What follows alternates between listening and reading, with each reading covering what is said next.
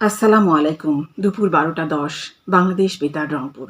স্থানীয় খবরে আমন্ত্রণ জানাচ্ছি মনোয়ারা মোজাম্মেল রুমা। দেশের বিভিন্ন ধর্মীয় উপাসনালয়ের ইমাম, মুয়াজ্জিন, পুরোহিত ও যাজক সহ ধর্মীয় নেতাদের জন্য মাসিক সম্মানী প্রদান কার্যক্রমের আনুষ্ঠানিক উদ্বোধন করেছেন প্রধানমন্ত্রী তারেক রহমান। আজ সকালে রাজধানীর ওসমানী স্মৃতি মিলনায়তনে আয়োজিত এক অনুষ্ঠানে তিনি এ প্রকল্পের শুভ উদ্বোধন করেন। উদ্বোধনী অনুষ্ঠানে জানানো হয়, বর্তমান সরকারের প্রতিশ্রুতি অনুযায়ী এই পাইলট প্রকল্পের আওতায় প্রাথমিকভাবে দেশের হাজার হাজার ধর্মীয় সেবককে মাসিক ভাতার আওতায় আনা হয়েছে। এর মাধ্যমে ধর্মীয় প্রতিষ্ঠানের দায়িত্বশীল ব্যক্তিদের জীবন মান উন্নয়ন ও সামাজিক স্বীকৃতি নিশ্চিত করা সম্ভব হবে বলে আশা করা হচ্ছে।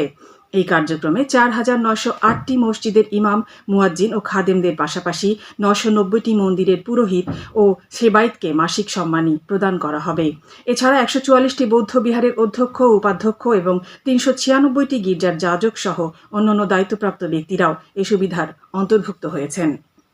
এতে জানানো হয়েছে, ইমামরা মাসে ৫,০০০ টাকা, মুয়াজ্জিনরা ৩,০০০ টাকা এবং খাদেমরা ২,০০০ টাকা করে সম্মানী পাবেন। মন্দিরের পুরোহিতরা পাবেন ৫,০০০ টাকা, সেবায়েত ৩,০০০ টাকা, বৌদ্ধ বিহারের অধ্যক্ষ ৫,০০০ এবং উপাধ্যক্ষ ৩,০০০ এবং গির্জার যাজকেরা ৫,০০০ ও সহকারী যাজকেরা ৩,০০০ টাকা করে সম্মানী পাবেন।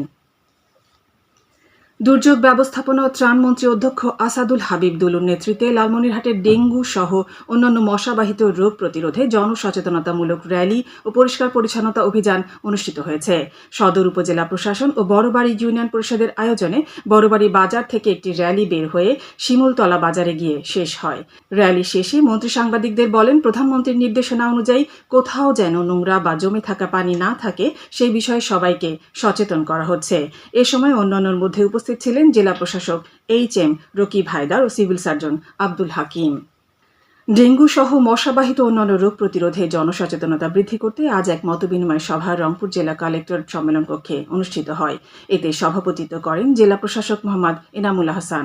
সভায় civil surgeon doctor Shahin Sultana, অতিরিক্ত পুলিশ সুপার জয়নাল আবেদিন, অতিরিক্ত জেলা প্রশাসক রমিজ আলম অন্যান্যর মধ্যে বক্তব্য রাখেন। পরে জেলা কালেক্টর চত্বর থেকে জনসচেতনতার জন্য র্যালি বের করা হয়। র্যালি শেষে সিটি কর্পোরেশনের সহযোগিতায় কালেক্টরেট সুরভি উদ্যানে পরিষ্কার পরিচ্ছন্নতা কার্যক্রম শুরু করা হয়। এদিকে প্রধানমন্ত্রীর নির্দেশনা মোতাবেক গাইবান্ধার গোবিন্দগঞ্জে পরিষ্কার পরিচ্ছন্ন কর্মসূচিতে অংশ নিলেন সংসদ সদস্য শামীম কায়সার লিংকন। আজ সকালে তিনি উপজেলার গোপালবাগ বাজারে পরিষ্কার পরিচ্ছন্ন কর্মসূচির উদ্বোধন করেন। এছাড়া জয়পুরহাটে পৌর শহরের বাড়িধারা আবাসিক এলাকায় পৌরসভার সহযোগিতায় স্থানীয় স্বেচ্ছাসেবী সংগঠন বাড়িধারা হাউজিং ওয়েলফেয়ার সোসাইটির উদ্যোগে আজ পরিষ্কার পরিচ্ছন্নতা অভিযান পরিচালিত হয়েছে। এ উপলক্ষে সকালে পৌরসভা ভবন চত্বর থেকে একটি র্যালি বের করা হয়। র্যালিটি বাড়িধারা আবাসিক এলাকায় গিয়ে শেষ হলে সেখানে স্থানীয় সরকার বিভাগের উপপরিচালক ও পৌরসভার প্রশাসক উত্তম কুমার রায় এ পরিষ্কার পরিচ্ছন্নতা অভিযান কর্মসূচির উদ্বোধন করেন। লালমনিরহাটের পাটগ্রামে অবৈধ বোমা মেশিনের মাধ্যমে পাথর উত্তোলনের দায়ে এক ব্যক্তিকে ২০ দিনের কারাদণ্ড দিয়েছেন ভ্রাম্যমাণ আদালত।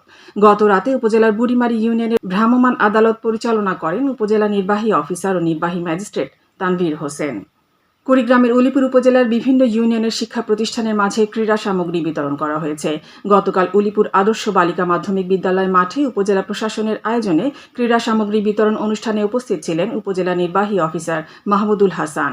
এদিকে উলিপুর উপজেলার বিভিন্ন ইউনিয়নের ২৮ জন প্রান্তিক কৃষকের মাঝেও গতকাল স্প্রে মেশিন বিতরণ করা হয়।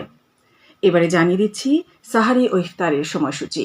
রংপুর ইসলামিক ফাউন্ডেশনের দেওয়া সময়সূচি অনুযায়ী আজ রংপুরে ইফতার হবে সন্ধ্যে ৬টা১৩ এবং সাহারির শেষ সময় ভোর ৪টা৫৫।